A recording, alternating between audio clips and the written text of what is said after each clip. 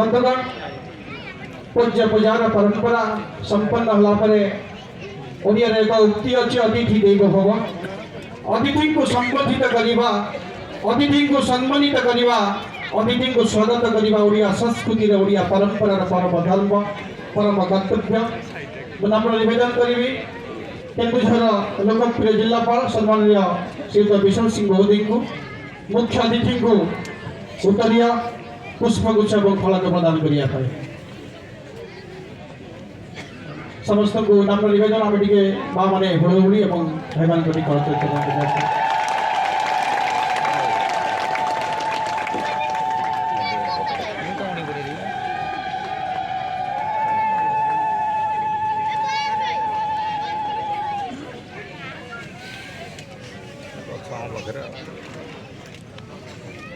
निवेदन रखी चंपुआर उपजिलापाल श्रीयुत उमाकांत परिड़ा महोदय को माननीय विधायक तेलकुई डॉक्टर फकीर चंद नायक महोदय को उत्तरीय पुष्पगुच्छ प्रदान करेंगे।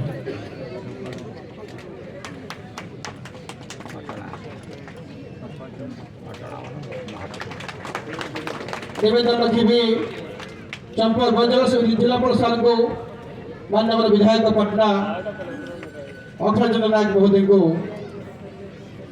संबोधित करिए उत्तरीय पुष्पगुच्छ प्रदान करेंगे।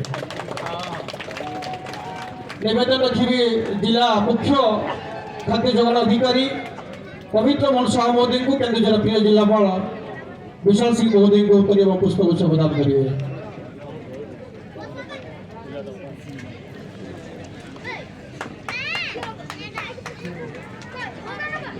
निवेदन रखी बड़ गेंडु फूलमाला जहाँ मुख्य अतिथि को देवाई अपेक्षा कर लंबोदर महंत, गणेश्वर महंत, कृष्णचंद्र महंत, नारायण देव, रामचंद्र महंत, यशवंत महंत, बलभद्र महंत, गीतांजलि महंत, गोविंद नायक, प्रदीप गिरी, युधिष्ठिर महंत, नलिनी महंत, डाली महंत समस्त को नम्र निवेदन करी समस्ते आसवे मुख्य अतिथि को गेंडु फूल पुष्प प्रदान करने। बंधुगण समय स्वल्पता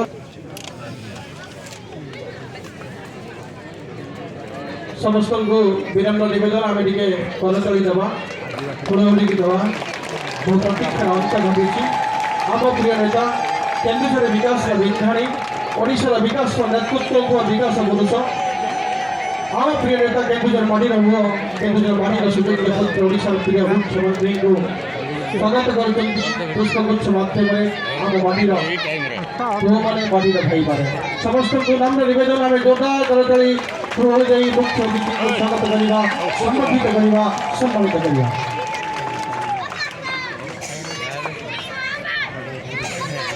करेंट नहीं मोबाइल टाणुनी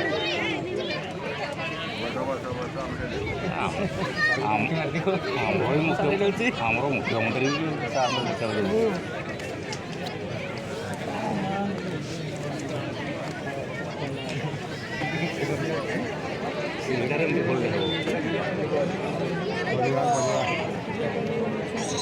निवेदन रखी केन्दुझर लोकप्रिय जिलापाल श्रीयुक्त विशाल सिंह महोदय को स्वागत अभिभाषण प्रदान करने अपनी स्वागत भाषण देवाई नम्र निवेदन केन्दुझर लोकप्रिय जिलापाल को।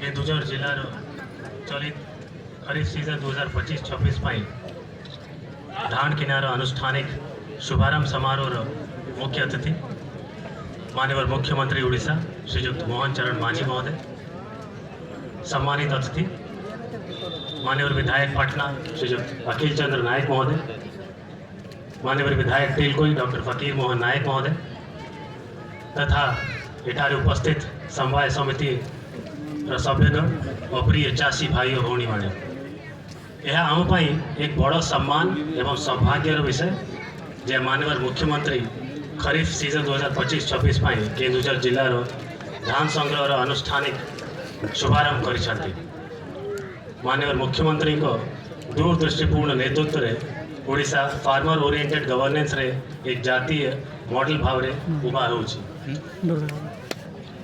सर्वनिम्न सहायक मूल्य, ऑनलाइन चाषी पंजीकरण, टोकन आधारित क्रय, डीबीटी पेमेंट स्वच्छता अवलंबन भली पदक्षेप, क्रय प्रक्रिया अधिक दक्ष, उत्तरदायी एवं चाषी अनुकूल करी खरीफ सीजन 2025-26 केन्दुझर जिला प्रशासन व्यापक प्रस्तुति करी पर्याप्त संख्या मंडी, क्रय केन्द्र, मिलर, संरक्षण सुविधा एवं लॉजिस्टिक व्यवस्था करा जायछि।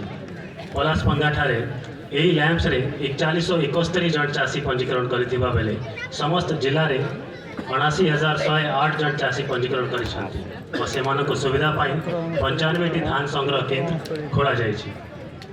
मु हमर चाषी भाई भौणी मानक आश्वस्त करबाक चाहूछि जे जिला प्रशासन तरफ यह सुनिश्चित करा जायछि जेपरि कौन से योग्य चाषी यही प्रक्रिया बाद न पड़तु। धान क्रय स्वच्छ एवं संकलित भाव करा जाए, चाषी को सेमान को देय तुरंत करा जाए एवं प्रत्येक क्रय केन्द्र रे चाषी मान को मर्यादा एवं सम्मान सहित व्यवहार करा जाए। जिला प्रशासन एवं केन्दुझर जनसाधारण को पक्षरु माननीय मुख्यमंत्री को निरंतर मार्गदर्शन, समर्थन एवं कृषक कल्याण प्रति विशेष ध्यान प्रदान करिथिबारु ताकू आंतरिक धन्यवाद प्रदान करने सह मंचासीन समस्त अतिथि मान को धन्यवाद प्रदान करी मोर वक्तव्य शेष करुँच। समस्त को धन्यवाद। वंदे उत्कल जन।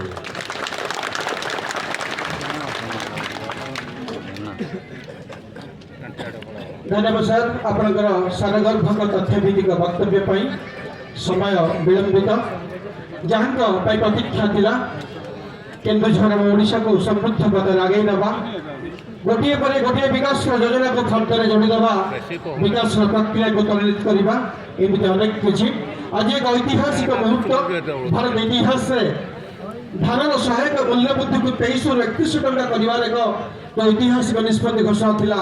निश्चित भाव में ओडिशा कृषि कृषक मान आर्थिक अवस्था उन्नति निश्चित भाव में सहायक हम मनाम निवेदन रखी ओडिशा विकास बिंधाणी केन्दुझर पार्टी लोकप्रिय नेता केन्दुझर विकास बिंधाणी ए पार्टी जहां को गर्वित गौरवित ओडिशा लोकप्रिय मुख्यमंत्री ओडिशावासी मुख्यमंत्री ए उद्घाटन उत्सव मुख्य अतिथि मुख्य आकर्षण आदरणीय सम्माननीय चिरनमस्य पूजनीय श्रीयुक्त महंत माधी महोदय को नम्र निवेदन कर निज वक्तव्य उपस्थापन करिया।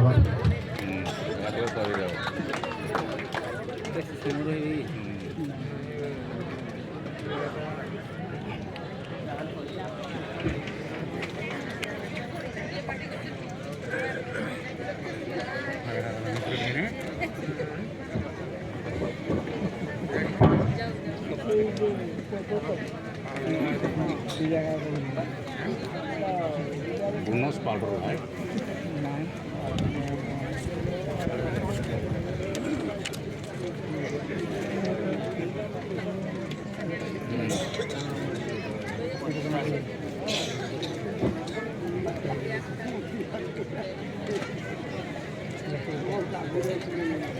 जय जगन्नाथ, जय माँ तारिणी। आज निश्चित भाव में आम ए अंचल चाषी भाई मानकर अर्थात केन्दुझर जिलार चाषी भाई भौणी मानकर गोटे खुशी एवं आनंदर दिन। आज आम केन्दुझर जिलार पलासपंगा लैंप्स रे आज धान संग्रह जो कार्यक्रम तार शुभारंभ करा जायछि। आ ये अवसर में आज कार्यक्रम रे उपस्थित थिबा आम गहन रे माननीय विधायक पाटणा श्रीयुक्त अखिल चंद्र नायक महोदय, माननीय विधायक तेलकुई श्रीयुक्त फकीर मोहन नायक महोदय, जिलापाल श्री विशाल सिंह, एठी उपस्थित थिबा मोर अति प्रिय ए अंचल समस्त कृषक भाई और भौणी माने, बुद्धिजीवी, मातृशक्ति एवं गणमाध्यम समस्त प्रतिनिधि वृंद, ଆଜି କେନ୍ଦୁଝରର କୃଷକ ଭାଇ ଭଉଣୀମାନଙ୍କର ପାଇଁ ନିଶ୍ଚିତ ଭାବରେ ଏ ଗୋଟିଏ ହେଉଛି ଗୁରୁତ୍ୱପୂର୍ଣ୍ଣ ମହତ୍ୱପୂର୍ଣ୍ଣ ଦିନ। ଆଉ ସେଥିପାଇଁ ଆଜି ଆମର ଏଇ ପଳାଶଭଙ୍ଗା ଆମର ଯେଉଁ ଲ୍ୟାମ୍ପ ତା ଅଧୀନରେ ଆଜି ଆମ ଜିଲ୍ଲାର ଧାନ ସଂଗ୍ରହ କାର୍ଯ୍ୟକ୍ରମ ଏଇ ପଳାଶଭଙ୍ଗା ଲ୍ୟାମ୍ପରୁ ତାର ଶୁଭାରମ୍ଭ କରାଗଲା ଧାନ ସଂଗ୍ରହ କରିବା ପାଇଁ ପ୍ୟାଡ଼ି ପ୍ୟାକେଟମେଣ୍ଟ କରିବା ପାଇଁ। ତେଣୁ ଆପଣମାନଙ୍କର ପାଇଁ ଏ ଦିନଟି ନିଶ୍ଚିତ ଭାବରେ ମା ଲକ୍ଷ୍ମୀଙ୍କର ଏ ଆଗମନର ଦିନ କହିଲେ ଅତ୍ୟୁକ୍ତି ହେବ ନାହିଁ। ଏ ଖୁସିର ମୁହୂର୍ତ୍ତରେ ଆଜି ସମସ୍ତେ ଯେଉଁମାନେ ଏଠି ଉପସ୍ଥିତ ଅଛନ୍ତି ମୁଁ ଆପଣମାନଙ୍କୁ ସମସ୍ତଙ୍କୁ ଅନେକ ଅନେକ ଶୁଭେଚ୍ଛା ଏବଂ ଅଭିନନ୍ଦନ ଜଣାଉଛି। ଆପଣମାନେ ହେଉଛନ୍ତି ଅନ୍ନଦାତା। ଚାଷୀଙ୍କୁ ବା କୃଷକଙ୍କୁ ମାନନୀୟ ଯଶସ୍ୱୀ ପ୍ରଧାନମନ୍ତ୍ରୀ ନରେନ୍ଦ୍ର ମୋଦି ଅନ୍ନଦାତା ହିସାବରେ ଅଭିହିତ କରିଛନ୍ତି। ତେଣୁ ନିଶ୍ଚିତ ଭାବରେ ଆପଣମାନେ ହେଉଛନ୍ତି ଅନ୍ନଦାତା। ଆଉ ଆମେ ସମସ୍ତେ ଜାଣିଛନ୍ତି ଅନ୍ନଦାତା ହିଁ ହେଉଛନ୍ତି ଜୀବନଦାତା।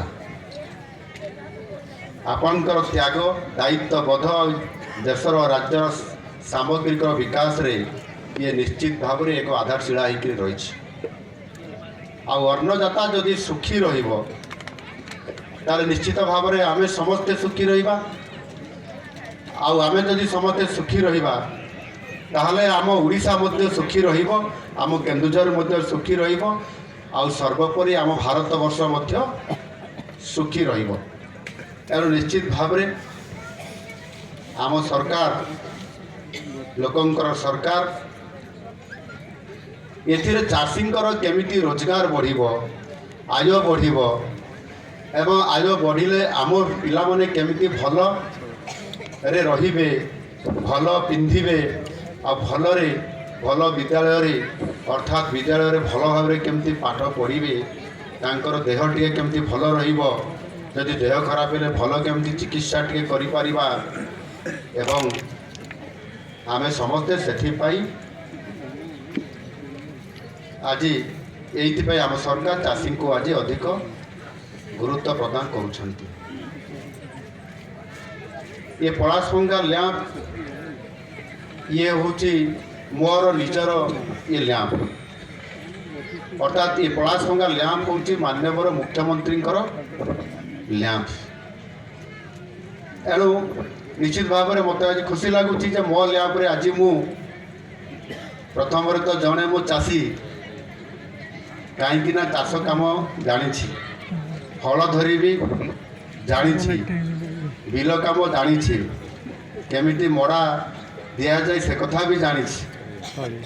ଧାନ ବୁଣାଠୁ ଆରମ୍ଭ କରି ଧାନ ଅମଳ ପର୍ଯ୍ୟନ୍ତ ସବୁ କାମରେ ବାପାଙ୍କୁ ସାହାଯ୍ୟ କରିବା ଚାଷୀ ଘରର ପୁଅ ହିସାବରେ ଜାଣିଛି। ଏବେ ଟିକେ ଅଳସୁଆ ହେଇଯାଇଛି, ଆଉ କାମରେ ସାହାଯ୍ୟ କରୁନାହିଁ, ଘରେ ସମୟ ବି ନାହିଁ, କିନ୍ତୁ ଏବେ ବି ହଳ ଧରିବା ପାଇଁ ଭାରି ଇଚ୍ଛା ଅଛି। କେତେବେଳେ ସୁଯୋଗ ମିଳିଲେ ନିଶ୍ଚିତ ଭାବରେ ମୁଁ ହଳ କରିବି, ଧରିପାରିବି। ଆମର ଲେମ୍ବୁ ଭାଇ ଯଦି ହଳ କେଉଁଠି କରନ୍ତେ, ବର୍ଷା ହେଇଛି ଯଦି ଅଲବତ ଆମେ କରନ୍ତେ। ତ ଯାହା ବି ହଉ ଏଇଟା ଖୁସିର କଥା ଯେ ଆଜି ମୋ ନିଜ ଲ୍ୟାମ୍ପରେ ଆଜି 4172 ଜଣ ଚାଷୀ ପଞ୍ଜୀକୃତ କରିଛନ୍ତି, ରେଜିଷ୍ଟ୍ରେସନ କରିଛନ୍ତି। ଆଉ ଏ ପଞ୍ଜୀକୃତ ବା ରେଜିଷ୍ଟ୍ରେସନ ଗତ ବର୍ଷ 2831 ଜଣ ଚାଷୀ କରିଥିଲେ ପଞ୍ଜୀକୃତରେ। ଅର୍ଥାତ୍ 1341 ଜଣ ଚାଷୀ ଅଧିକ ପଞ୍ଜୀକୃତ କରିଛନ୍ତି। କାହିଁକି ଅଧିକ କଲେ? ତା ତ କିଛି କାରଣ ଥିବ ନିଶ୍ଚିତ ଭାବରେ। କ'ଣ ଧନଞ୍ଜୟ ହାତ ଟେକୁଥିଲେ ଛାତ୍ର ଭଳିଆ ନା କ'ଣ କହିବା ପାଇଁ ବୋଧେ?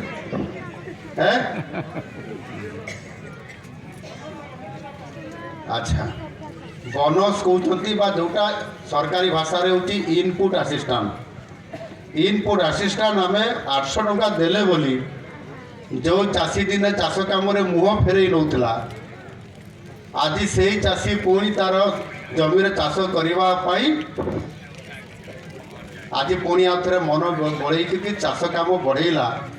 ଆଉ ସେଥିପାଇଁ ଚାଷ କଲା ବୋଲି ଆଜି ଧାନକୁ ସରକାରକୁ ଦେବା ପାଇଁ ସେ ନିଷ୍ପତ୍ତି ନେବା କାରଣରୁ ଯେତେବେଳେ ସରକାର ଯେଉଁମାନେ ଚାଷ କରିଛ ପଞ୍ଜୀକୃତ କର ବୋଲି କହିଲେ, ସେ ପଞ୍ଜୀକୃତ କରିବା କାରଣରୁ ଆଜି ଆମର ପଞ୍ଜୀକୃତ ସଂଖ୍ୟା ପଳାଶପଙ୍ଗା ଲ୍ୟାବ୍ରେ ମଧ୍ୟ 1341 ଜଣ ଚାଷୀ ବଢ଼ିଛନ୍ତି। ଏଇଆ ତ ଇଏ ନିଶ୍ଚିତ ଭାବରେ ଖୁସିର କଥା। ଏବଂ ଯଦି ଆଜି ଚାଷୀ ଆଜି ତାର ପଞ୍ଜୀକୃତ ବଢ଼ିଛି, ନିଶ୍ଚିତ ଭାବରେ ଚାଷ ଭଲ ହେଉଥିବ, ନହେଲେ କାହିଁ ଚାଷ କରିବ ସିଏ?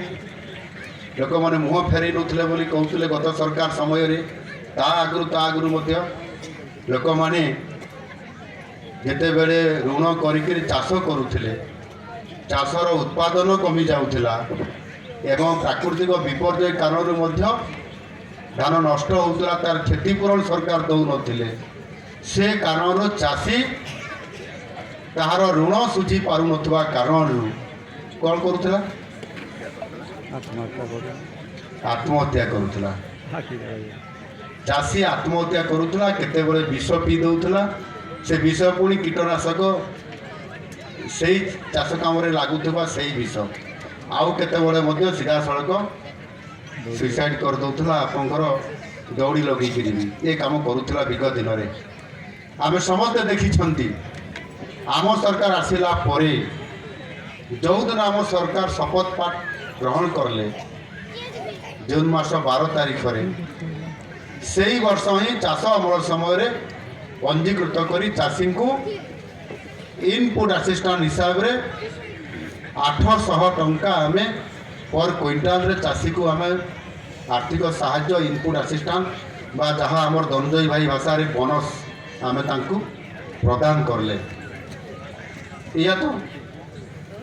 ଆଉ ସେଇଥିପାଇଁ ଚାଷୀ ମଧ୍ୟ ଆଜି ଚାଷ କାମରେ ପୁଣି ଆଉଥରେ ନିଜ ଚାଷ ବିଲକୁ ଫେରିଛି। ଅର୍ଥାତ୍ ଚାଷୀ କେଉଁଠି ନା କେଉଁଠି ଟିକେ ତା ମନରେ ଖୁସି ଆସିଛି। ଆଉ ଆମେ ମଧ୍ୟ ଆମ ସରକାର ସମୟରେ ଚାଷୀ ଆତ୍ମହତ୍ୟା କରିବାର ରେଜଲ୍ଟ ଆମେ ଦେଖିଛନ୍ତି କି? ପାଇଛନ୍ତି? ଧନଞ୍ଜୟ ପାଇନାହାନ୍ତି। ତାର କାରଣ ହେଉଛି ଯେ ପ୍ରକୃତରେ ଆମ ସରକାର ବା ଏ ଲୋକଙ୍କର ସରକାର ହେଉଛନ୍ତି ଚାଷୀଙ୍କର ମଙ୍ଗଳ ପାଇଁ କାମ କରୁଛନ୍ତି। ଏଣୁ ନିଶ୍ଚିତ ଭାବରେ ଚାଷୀ ଆଜି ଖୁସି ଅଛି, ଚାଷୀ ଆଜି ଆନନ୍ଦିତ ଅଛି। ଚାଷୀ ଆଜି ଆଉ ସେଭଳି ଲସ୍ରେ ଆଉ ତାହାର ଚାଷ କାର୍ଯ୍ୟରେ ଲସ୍ ବା ତାର କ୍ଷତି ସେ ଆଉ ସହିପାରୁ ମାନେ କ୍ଷତିରେ ସେ ଆଉ ଚାଲୁନାହିଁ। ଇଏ ଗୋଟିଏ କଥା। ଦ୍ୱିତୀୟ କଥା ହେଉଛି ଚାଷ କାମରେ କିଭଳି ଭାବରେ ସରକାର ତାଙ୍କୁ ଟିକେ ସାହାଯ୍ୟ କରିବେ। କେତେବେଳେ? ଯେତେବେଳେ ବିହନ କିଣା ହେବ, ଯେତେବେଳେ ସାର ଦରକାର ହେବ, ଆଉ ଯେତେବେଳେ ଔଷଧ ଦରକାର ହେବ, ଯେତେବେଳେ ଚାଷୀ ଋଣ କରିକିରି ଏ କାମ କରେ, ସେତେବେଳେ ସରକାର କ'ଣ କଲେ?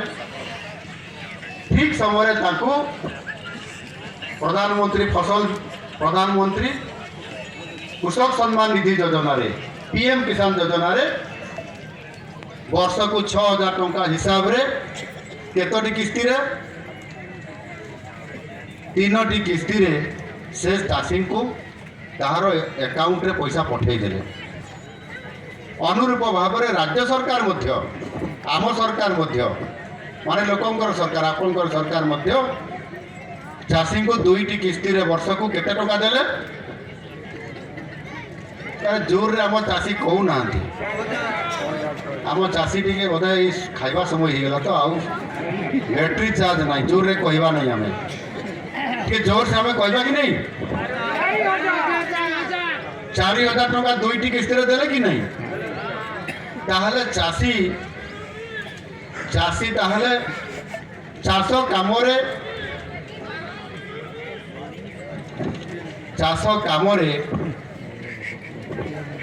4,000 ଟଙ୍କା ତାଙ୍କୁ ଦିଆଯାଉଛି। ଏହାର ନିଶ୍ଚିତ ଭାବରେ ଯଦି ଆମେ ଏ କଥାକୁ ଦେଖିବା, ତାହେଲେ ଆଜି ଚାଷୀ ଚାଷ କାମରେ ଆର୍ଥିକ ସାହାଯ୍ୟ ଆକାରରେ କେନ୍ଦ୍ର ସରକାର ଓ ରାଜ୍ୟ ସରକାରଙ୍କ ଠାରୁ, ଅର୍ଥାତ୍ ଡବଲ ଇଞ୍ଜିନ୍ ସରକାର ଠାରୁ ବର୍ଷକୁ 10,000 टंका 6,000 और 4,000 मिसेले 10,000 टंका चाषी आर्थिक साहाय्य पाई पारुछि।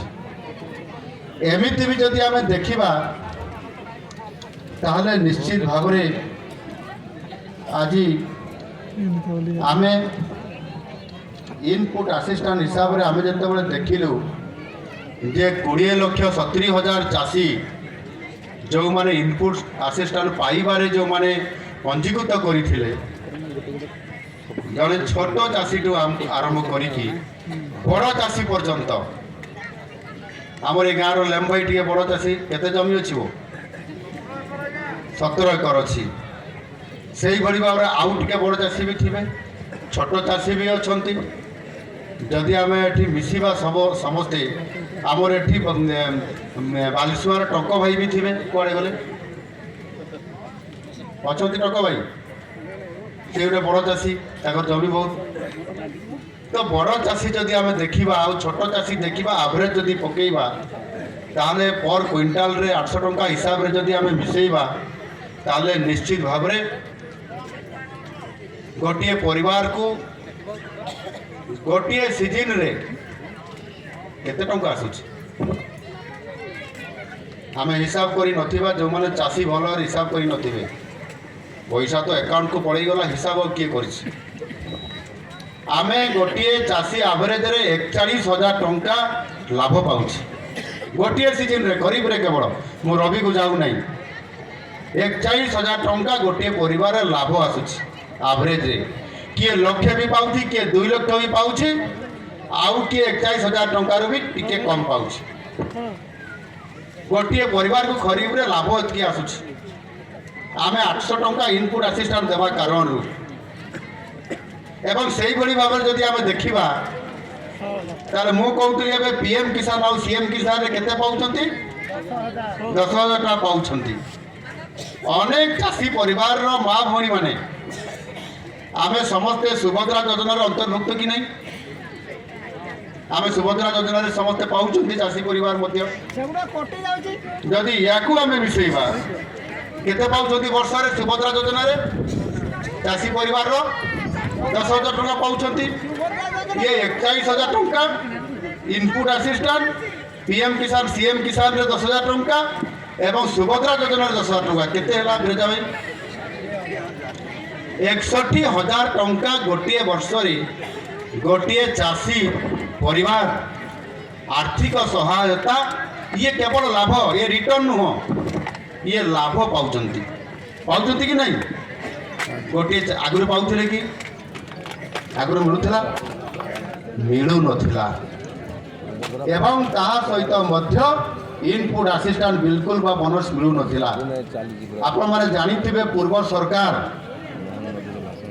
बोनस देबे बोली कहिथिले बरगढ़ जिलार सहेला ठारे कहिथिले पूर्वतन मुख्यमंत्री नवीन बाबू कहिथिले केते टंका देबे बोली बोनस 100 केते टंका चिंता भाई जोर से टिके को 100 टंका देले कि लखन भाई देले नहीं कहिथिले देले नहीं आम सरकार कहिथिले सरकार को जदि आसीबे आम सरकार आमर दल जदि सरकार को आसीबे ताहले आम तुरंत बोनस देबू आउ सेटार इनपुट असिस्टेंट आकार रे पर क्विंटाल रे 800 टंका देबू बोली कहिथिले आउ जो दिन सरकार शपथ पार ग्रहण करले से दिन ही मोहन माझीर सरकार कैबिनेट बसिला आउ से दिन ही कैबिनेट रे पास होइतला जे पर क्विंटाल रे चाषी को 800 टंका इनपुट असिस्टेंट देबू बोली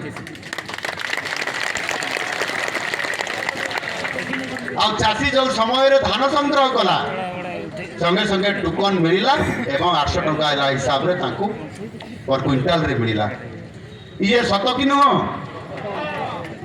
एणु ए कथा को टिके आमे चाषी भाई माने समस्त विचार करवा कथा आमे वास्तव रे जे किए कहिला आउ कला नहीं आउ किए कहिला आउ कला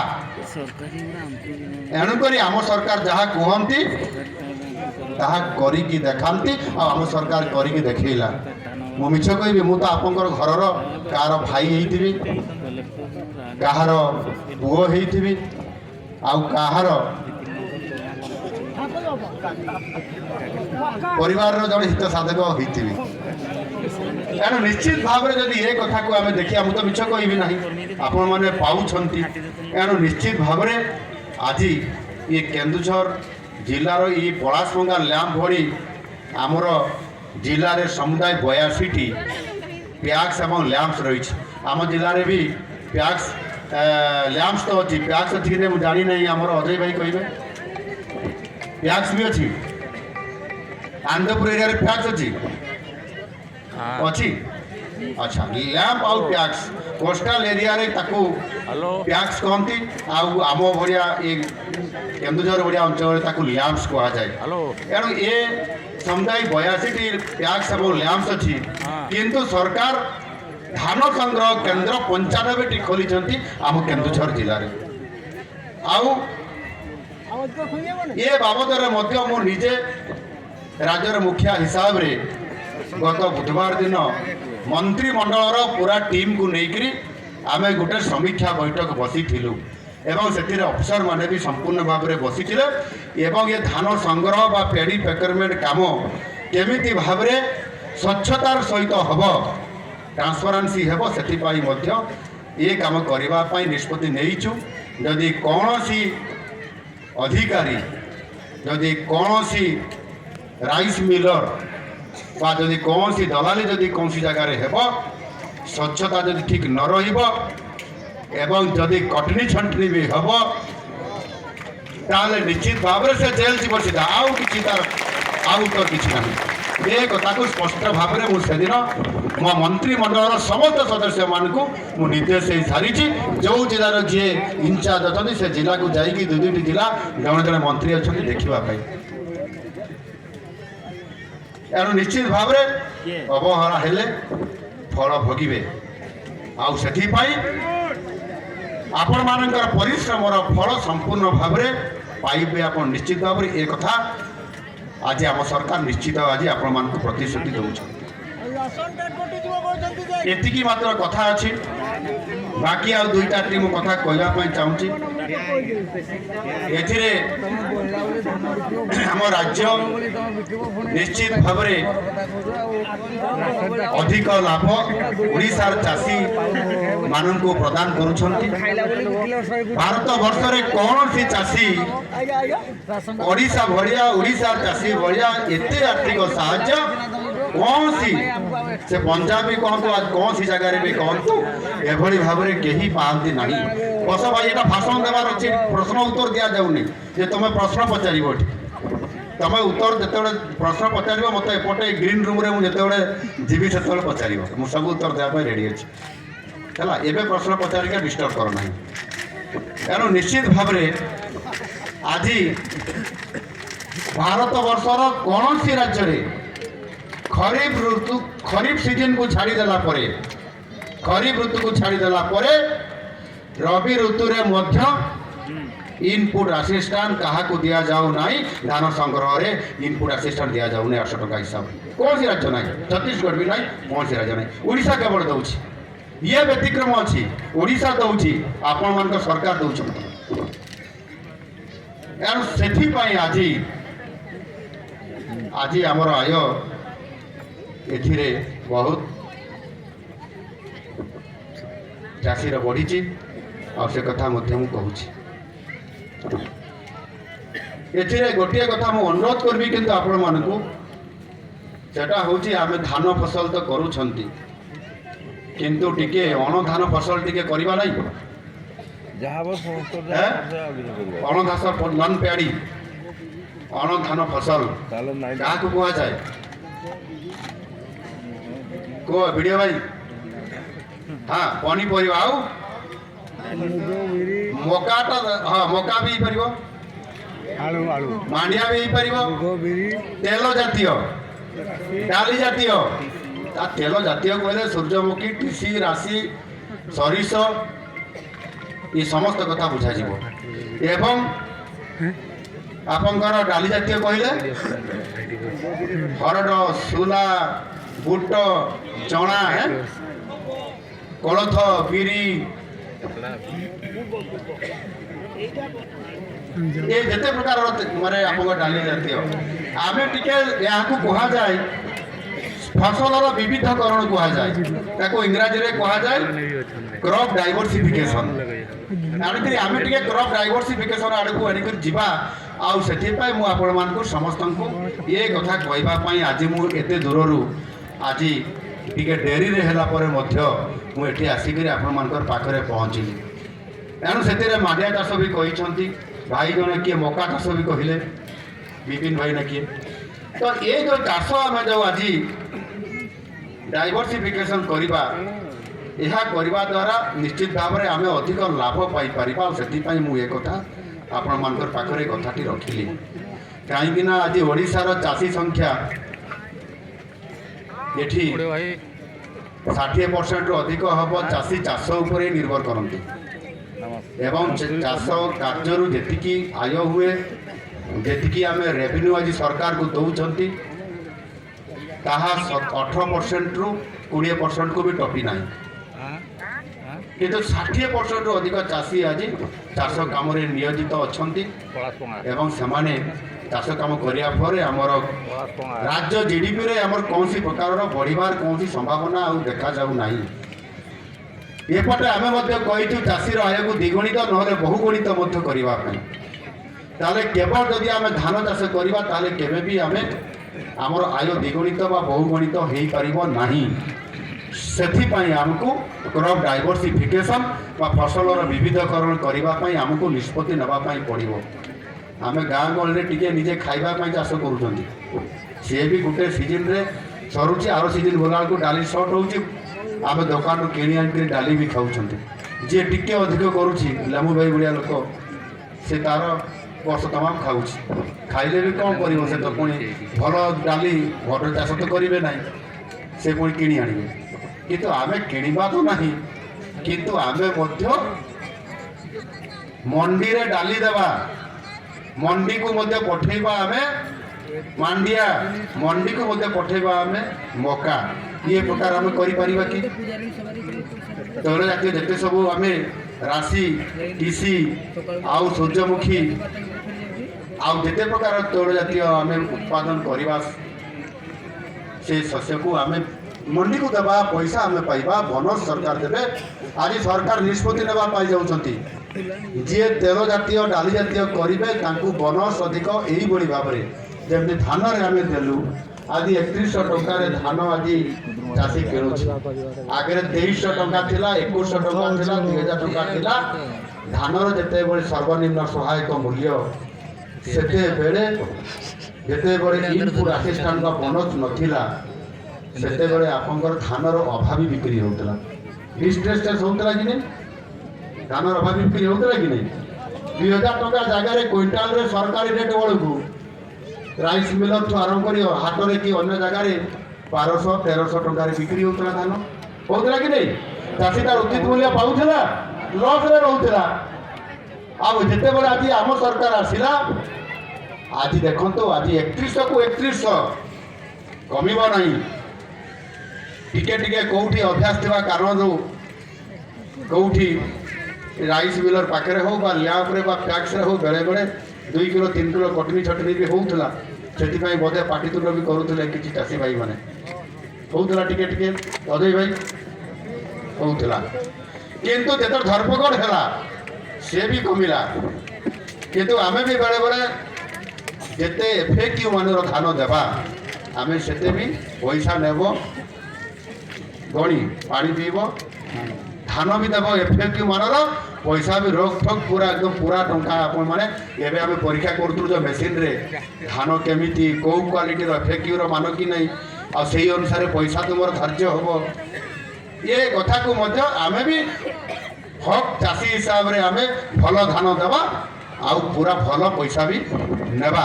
ଏ କାମ ଆମେ କରିବା କି ନାହିଁ? ଆଜି ସେଥିପାଇଁ ତ ସରକାର ଆପଣମାନେ ବଦଳେଇଛନ୍ତି। ଆପଣମାନେ ଆଜି ଏ ଘରର ଏ କେନ୍ଦୁଝର ମାଟିର ଏ ପଳାଶ ଭଙ୍ଗାର ଏ ଜୋନ୍ର ଜଣେ ଆପଣଙ୍କର ଜଣେ ସାନ ଭାଇକୁ ବା ଭାଇକୁ ଆଜି ମୁଖ୍ୟମନ୍ତ୍ରୀ ବସେଇଛନ୍ତି ନା ନାହିଁ? ପ୍ରଧାନ ସେବକ ହିସାବରେ, ମୁଖ୍ୟ ସେବକ ହିସାବରେ। ତ କାହିଁକି କରଲା? ଯଦି ମୁଁ ଏତିକି କରିବି ନାହିଁ ତାହେଲେ ଲାଭ କ'ଣ ହେଲା? ମୁଁ ଜଣେ ଚାଷୀ ଘରର ପିଲା, ଆପଣମାନଙ୍କର ଜଣେ ଭାଇ। ଆଜି ମୁଁ ଏ କଥା ଜାଣିଛି दलाल मानकर एठी मझिरे आ चलिबो नाही राजनीति समस्त को जेल भितर भर्ती कर दिया जीवो चाषी न्याय पाइब सी तार उपयुक्त मूल्य पाइब ए कथा आज आम सरकार निष्पत्ति कर खाली 3टी कथा मु कहिबी आमे आज मिलेट चाष करने किसी भाई कहते मिलेट माने मांडिया मिलेट माने खाली मांडिया नुह मिलेट माने मांडिया भी सुआ गोटे नहीं कि धान सहित हुए सेटा भी मिलेट रे जीव तार रेट बहुत किलो 1000 टंका 2000 टंका आप हिसाब करूँ केते रेट अच्छे आज दिन थिला आदिवासी माने खाऊले ना गरीब लोक मैंने खाऊले गाँ गहली आज सबुठारू आम गढ़र बाबू माने खाऊंट भुवनेश्वर बाबू माने खाऊंट जो मैंने उड़ाजाज उड़ी जाऊँच से मिलेट खाऊंट सुआ खाऊंट मांडिया खाऊंट से रागीर बिस्कुट खाऊंट से देखी दो आदिवासी खाती गाँव में गाँवलिया लोग खाती किए खाइब कौन आज से 1000 रेट 5000 रेट किणी खाऊ अर्थात से सबुठ बड़ आमको पुष्टि सुरक्षा दूसरा खाद्य हिसाब से आज तार प्रमाणित भी होती एवं ता प्रमाणित वैज्ञानिक माने करिसेंती कृषि वैज्ञानिक माने तार प्रमाणित भी करिसेंती आमर आज दिन में दक्षिण ओडिशार कोरापुट अंचल बेसी मांडिया चाष होउतबा कारणरू किछि आमर पाठ पढ़ुवा छात्र माने मध्य कृषि वैषयिक पाठ पढ़ुवा ब्रह्मपुर अंचल कोरापुट अंचल पिला माने मध्य सेठी भी परीक्षा करिकरी सेमाने प्रमाण करछंती जे पुष्टि सुरक्षा सेठी सबुठारु अधिक अछि मांडिया रे एरो आमे भी समस्ते करवा आम गाँव जन चाषी आमर जोगेन्द्र बारिक आसती कि नहीं ताकर बहुत चाष करती माड़िया आसते कुआड़े गले तो मांडिया चाष करने द्वारा तैल जातीय आप ये सब काम को आमको करने पड़ो से आज आम पिला मानक लड़ू दिखे मांडिया लड़ू स्कूल मानक ये देवा आरंभ होती आज दिहूँ कि नहीं दिहूँ मांडिया लड़ू जब आम पिलाटी प्रतिदिन गोटे खाइब निश्चित भाव में पुष्टिकर खाद्य जो अभाव थी पूरण हो पार भल तार देह भी तार ब्रेन टिके आउ टिके भल हम से आम ये तार हूँ ये गोटे तार ये हूँ तार गोटे कारण एणु आउ गोटे कारण भी हूँ जे आम डाली आउ तेल जातीय आज आम जो चाष नकरिबा आउ आम देश भी चाष जदि अधिक न कर विदेश आमको डाली मगैवाई पड़ू विदेश आमको तेल आने पड़ूँ आम किणिकी खाइबा रेट ता द्वारा बढ़ी जाऊँ आम जदि प्रोडक्शन अधिक करवा ताहले आम भी आमर ये तेल तेल आ डाली आम जी खाइबा जी बिक्री करवा लाभ भी पाइबा आउ कम रेट्रे भी आम पाइबा आम देश तैल जातीय आउ डाली जातीय आत्मनिर्भर हम आम आत्मनिर्भर होगापाई पड़ो आ पर उपर आम सबुदिन किणिकी विदेश आमदानी करी आम आउ खाइबा ना से माननीय मोदी जी आह्वान देते आत्मनिर्भर भारत गठन करने आउे आमको निजक प्रोडक्शन बा चाष कम करने पड़ो द्वितीय कथा हूँ न्यूट्रिशन सिक्योरिटी बा जोटा पुष्टि सुरक्षा आपण पाखे मुझे कहती तृतीय कथा हूँ आम अधिक अर्थ रोजगार करवा कि नहीं आउ से धान जी से न रहीकि आम जदि आउ टे मन बढ़ेबा जदि ये डाली जातीय तैल जातीय आउ पनीपरिबार आमर धनुदेव वैश्य दिएठी घरे पनीपरिया वर्ष तमाम चाष करती जी चाष कर दिखती आराम से 4 चकिया गाड़ी चढ़ुंट हो सतरे 4 चकिया गाड़ी अच्छी चाषी लोकटे चाषी कम कर सीधास्त हम तो निश्चित भाव में हम एणुक आम पनीपरिया चाष कर 4 चकिया गाड़ी चढ़वे क्या मना नहीं आ रोजगार अधिक कर आर्थिक साहाय्य सरकार आज दौरान आम कहीं करवा ना आउ से आज ये प्रकार बहुत बड़ आर्थिक प्रोत्साहन देवा सहित सरकार आज चाषी को आज प्रोत्साहन देवाई आज बाहर आपण मैंने केवल धान चाष करवा ना अण धान चाष बा नॉन पैडी आम करवा आमर रोजगार बहुत बढ़ी आउ से आज आम गुरुत्वपूर्ण भूमिका सरकार नौ आपन को भी करने पड़ो एणु निश्चित भाव में ଆଜି ରାଜ୍ୟରେ ଆପଣଙ୍କର ଲ୍ୟାମ୍ପ ଏବଂ ପ୍ୟାକ୍ସର ସଂଖ୍ୟା ମଧ୍ୟ ଆଜି ସରକାର ବଢ଼େଇଛନ୍ତି। 1542ଟି ନୂଆ ପ୍ୟାକ୍ସ ଆଉ ଲ୍ୟାମ୍ପ ଆଜି ରାଜ୍ୟରେ ଗଠନ ନୂଆ କରିକି ଆଜି ଆମେ ବଢ଼େଇଛୁ ଏବଂ ତାକୁ କାର୍ଯ୍ୟକ୍ରମ କରିବା ପାଇଁ ମଧ୍ୟ ଆମେ ଗୋଟିଏ 5 ଲକ୍ଷ ଟଙ୍କା ଲେଖାଏଁ ସିଡ୍ ମନି ବା ମୂଳଧନ ଆଜି ଆମେ ତାଙ୍କୁ ମଧ୍ୟ ପ୍ରଦାନ କରୁଛୁ। ତେଣୁ ନିଶ୍ଚିତ ଭାବରେ ଏଥିରେ ବର୍ତ୍ତମାନ ସାରା ରାଜ୍ୟରେ ଆମର 4253ଟି ପ୍ୟାକ୍ସ ଓ ଲ୍ୟାମ୍ପ ଆଜି ରହିଛି ଏବଂ ତାକୁ ଏକ ୱାନ୍ ଷ୍ଟପ୍ ସେଣ୍ଟର ଭାବେ ବିକଶିତ କରାଯାଉଛି। ଏଥିରେ ଆପଣ ଗୋଟିଏ ଜାଗାରେ ସବୁ ପ୍ରକାରର ସୁବିଧା ପାଇପାରିବେ, ସବୁ ପ୍ରକାରର ଧାନ ବି ଦେଇପାରିବେ, ସେ ଜାଗାରେ ପନିପରିବା ବି ଯିବ, ସେ ଜାଗାରେ ପନିପରିବା ବି କିଣିକରି ଘରକୁ ନେଇକରି ଆସିପାରିବ, ସେ ଜାଗାରେ ଆପଣ ଧାନ ସହିତ ଡାଲି ଜାତୀୟ ତୈଳ ଜାତୀୟ ପନିପରିବା ମଧ୍ୟ ଦେଣ ନେଣ କାରବାର ଇତ୍ୟାଦି ଇତ୍ୟାଦି ଆପଣ ସବୁ ପ୍ରକାର କରିବା ପାଇଁ ଆଜିର ଦିନରେ ଇଏ ୱାନ୍ ଷ୍ଟପ୍ ସେଣ୍ଟର ଭାବେ ଆମେ ତାକୁ ଡେଭଲପ୍ କରୁଛୁ, ଯେଉଁଥିରେ ଏ ସୁବିଧା ମଧ୍ୟ ଆପଣମାନେ ପାଇପାରିବେ, ଆପଣମାନଙ୍କର ଲାଭ ହିଁ ହେବ। ତେଣୁ ଏଥିରେ ଆମ ସରକାର ସମ୍ପୂର୍ଣ୍ଣ ଭାବରେ ଇଏ କାମ କରୁଛନ୍ତି ଏବଂ ଆମେ 13ଟି ଜିଲ୍ଲାରେ ପ୍ୟାଡି ପ୍ୟାକରମେଣ୍ଟ କାମ ଆରମ୍ଭ ହୋଇଯାଇଛି। ଧାନ ସଂଗ୍ରହ ବା ପ୍ୟାଡି ପ୍ରୋକ୍ୟୁରମେଣ୍ଟ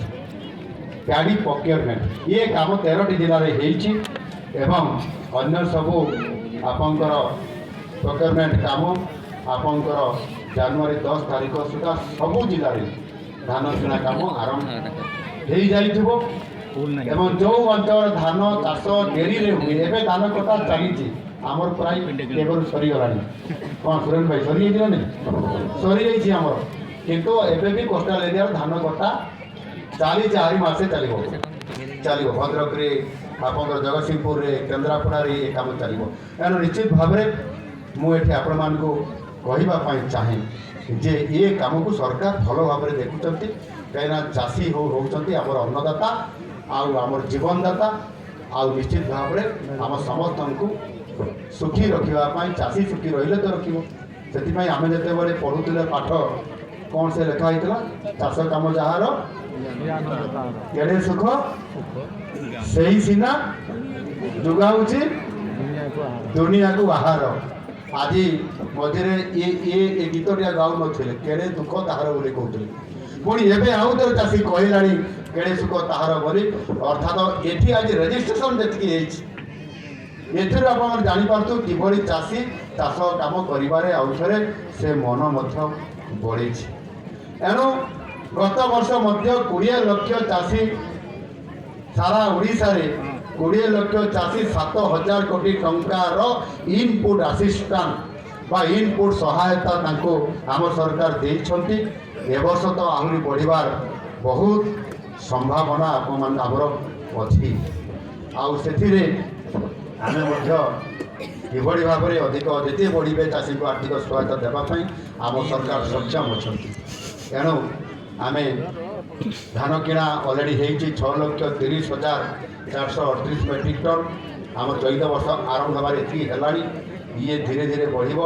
ସମୁଦାୟ ଚାଷୀ ଏ ପର୍ଯ୍ୟନ୍ତ ଧାନ ବିକିଛନ୍ତି ଯେଉଁ କେତେ 6,26,058 ଜଣ ଚାଷୀ, 6,26,058 ଜଣ ଚାଷୀ ଧାନ ତାଙ୍କର ଲ୍ୟାମ୍ପରେ ଆଉ ପ୍ୟାକ୍ସରେ ଏ ଧାନ ସବୁ ଦେଇ ସାରିଲେଣି। ଆମେ ଆଜିଠାରୁ ପଳାଶମଙ୍ଗା ଲ୍ୟାମ୍ପରେ ଏବଂ କେନ୍ଦୁଝର ଜିଲ୍ଲାର ବିଭିନ୍ନ ଲ୍ୟାମ୍ପରେ ଆଉ ପ୍ୟାକ୍ସରେ ଇଏ କାମ ଚାଷ এই ধান বিক্রি করা কাম আজঠার আরম্ভ করছেন। ইয়ে কেতে দিন পর্যন্ত চালিব জেলাপাল মহাশয়? হ্যাঁ, 3 মাস পর্যন্ত চালিব।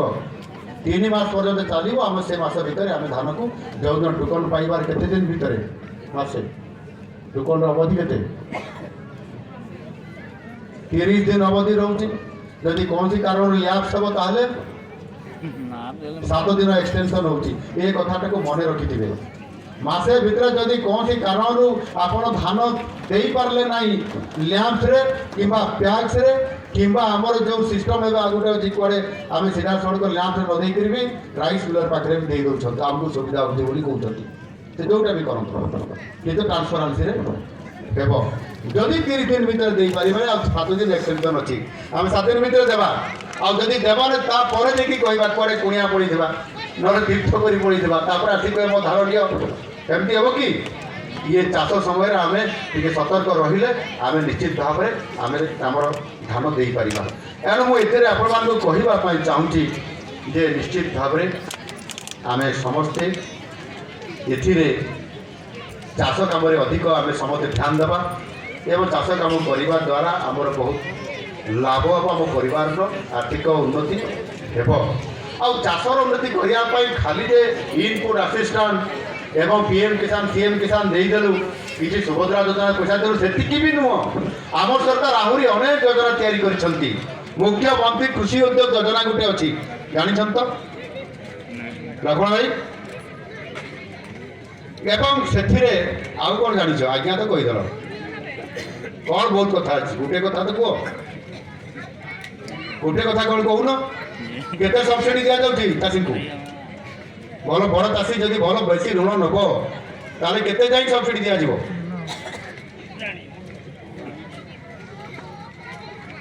ମନେ ନାହିଁ, ବହୁତ କଥା କହିଦେଲେ। ପରଶୁ ଭାଇ କହୁନ? ଚାଷୀକୁ 1 କୋଟି ଟଙ୍କା ପର୍ଯ୍ୟନ୍ତ ସବସିଡି ଦେବାର ବ୍ୟବସ୍ଥା ସରକାର କରିଛନ୍ତି। ଆଗରୁ କେବେ କିଏ କରିଥିଲା? 1 କୋଟି ସବସିଡି ପାଇବେ, 1 କୋଟି ଟଙ୍କା ପର୍ଯ୍ୟନ୍ତ ସବସିଡି ପାଇବାର ବ୍ୟବସ୍ଥା ଆମ ସରକାର କରିଛନ୍ତି। ତେଣୁକରି ଆମେ କାହିଁ କରିବା ନାହିଁ ଚାଷ, ଆଉ କାହିଁ ବେନିଫିଟ୍ ନେବା ନାହିଁ? 1 କୋଟି ଟଙ୍କା ପର୍ଯ୍ୟନ୍ତ ସବସିଡି, ଇଏ କେତେ ଛୋଟ କଥା ବି ନୁହଁ। ଇଏ କାମ ମୁଁ ଦେଖିବି ଆମ କେନ୍ଦୁଝର ଜିଲ୍ଲାରେ ଜଣେ ହେଲେ ଏଥିରେ ହକଦାର ହେଇଛନ୍ତି କି ନାହିଁ? ବିଶାଲ ବାବୁ କେହି ହକଦାର ହେଇନାହାନ୍ତି 1 କୋଟି ଟଙ୍କା ସବସିଡି ପାଇବାର? ସବସିଡି ପାଇବାର ନାଇଁ ଦିଆଯାଉଛି ଯେ ସେ ତ ହକଦାର ହେଲେ ତ ସେତିକି 400 ଟଙ୍କା ଋଣ ନେଲେ ତ ପୁଣି କେତେ ଋଣ ନେଲେ 1 କୋଟି ଟଙ୍କା ସବସିଡି ମିଳିବ?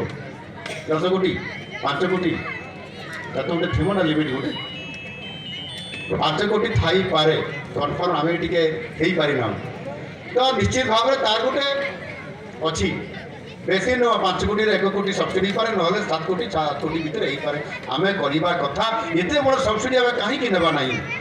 ତେଣୁକରି ମୋର କେନ୍ଦୁଝରର ସମସ୍ତ ଯୁବ ଚାଷୀ ଭାଇମାନଙ୍କୁ ମୁଁ ଆହ୍ୱାନ କରିବି, ଯେଉଁମାନେ ବୁଢ଼ା ହେଇଗଲେ ଛାଡ଼ନ୍ତୁ, ଯେଉଁମାନେ ଯୁବ ଚାଷୀ ସେଇମାନେ, ଭରତ ଭାଇ ତମେ କରୁନ, 2 ଭରତ ଭାଇ ତ ଅଛ ଏଠି, 2 ଭରତ ଭାଇ ବନେଇ କଲା ଆମେ 1 କୋଟି ଟଙ୍କା ସବସିଡି ପାଇବାର ହକଦାର ହେବା ପାଇଁ ଚାଷ କାମ କରିବାନି, ଋଣ ନେଇକି କରିବା କାହିଁ?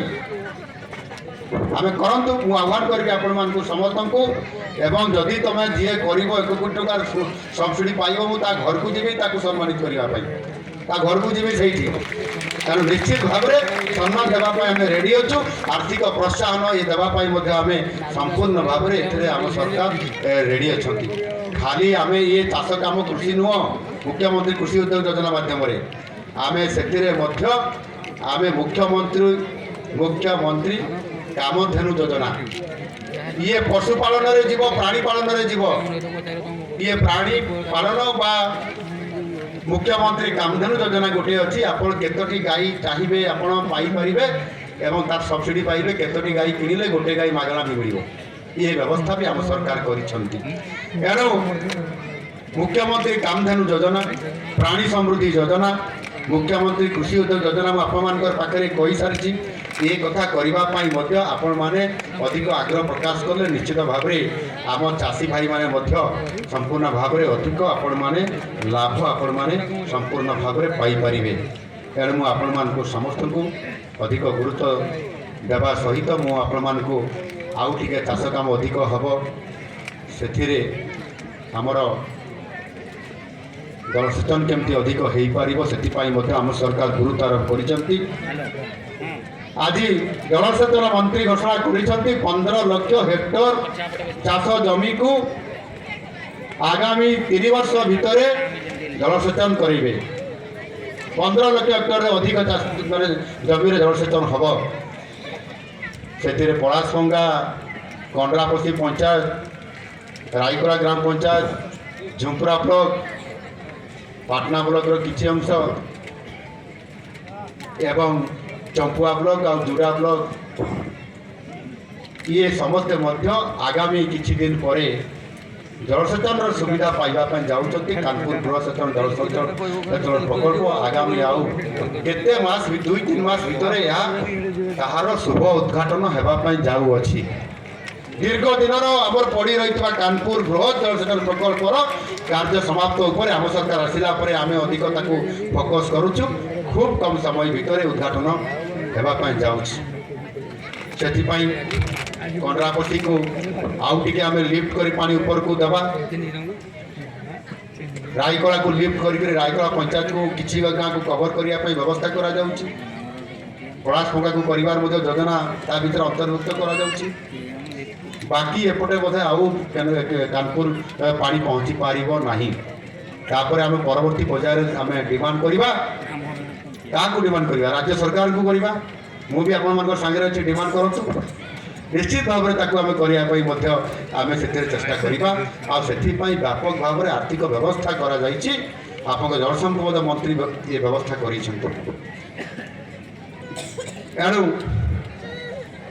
ମୁଁ ଆପଣମାନଙ୍କୁ ଧନ୍ୟବାଦ ଦେବି ଆଜି ବହୁତ ଡେରି ହେଲା ଆପଣମାନେ ବହୁତ ସମୟ ଧରିକି ରହିଲେ ଆଉ ଜମା ଭାଷଣ ଦେବି ନାହିଁ କେବଳ ଏଥିରେ ଆମ ସମସ୍ତଙ୍କୁ ମୁଁ ଏତିକି କେବଳ କହିବା ପାଇଁ ଚାହୁଁଛି ଯେ ଆପଣମାନେ ସମସ୍ତେ କିଭଳି ଭାବରେ ଆମ ଚାଷ କାମକୁ ବାସ୍ତବତା ଦେବା ଆଉ ଆମେ ତାକୁ ସଫଳ ନେତୃତ୍ୱ ଦେଇପାରିବା ସେଥିପାଇଁ ଆପଣମାନେ ଟିକେ ଅଧିକ ଧ୍ୟାନ ଦେବେ ବୋଲି ମୁଁ ଆଶା କରିବି ଏବଂ ଯେଉଁ ଚାଷୀର ଯାହା ବି ଅସୁବିଧା ହେବ ସେ କଟନୀ ଛଟନୀ ହେଉ ସେ ଯେଉଁ ପ୍ରକାରର ଅସୁବିଧା ହେଉ ସବୁ ପ୍ରକାରର ସାହାଯ୍ୟ କରିବା ପାଇଁ ମୁଁ ପ୍ରସ୍ତୁତ ଅଛି ଆଉ ଆମେ ସମସ୍ତେ ଏଥିରେ ଆମର ଧାନକୁ ସରକାର ପାଖରେ ଆମେ ଦେବା ଏବଂ ଆମେ ବୋନସ୍ ଆକାରରେ ଆମର ଅଧିକ ଅର୍ଥ ବା ଲାଭ ଆମେ ନେବା ଏବଂ ଆମେ ଆମର ପରିବାରକୁ ଯଶସ୍ୱୀ କରିବା ସୁଖୀ କରିବା ବହୁତ ବହୁତ ଧନ୍ୟବାଦ ବନ୍ଧୁକୁ ଜଣାଇ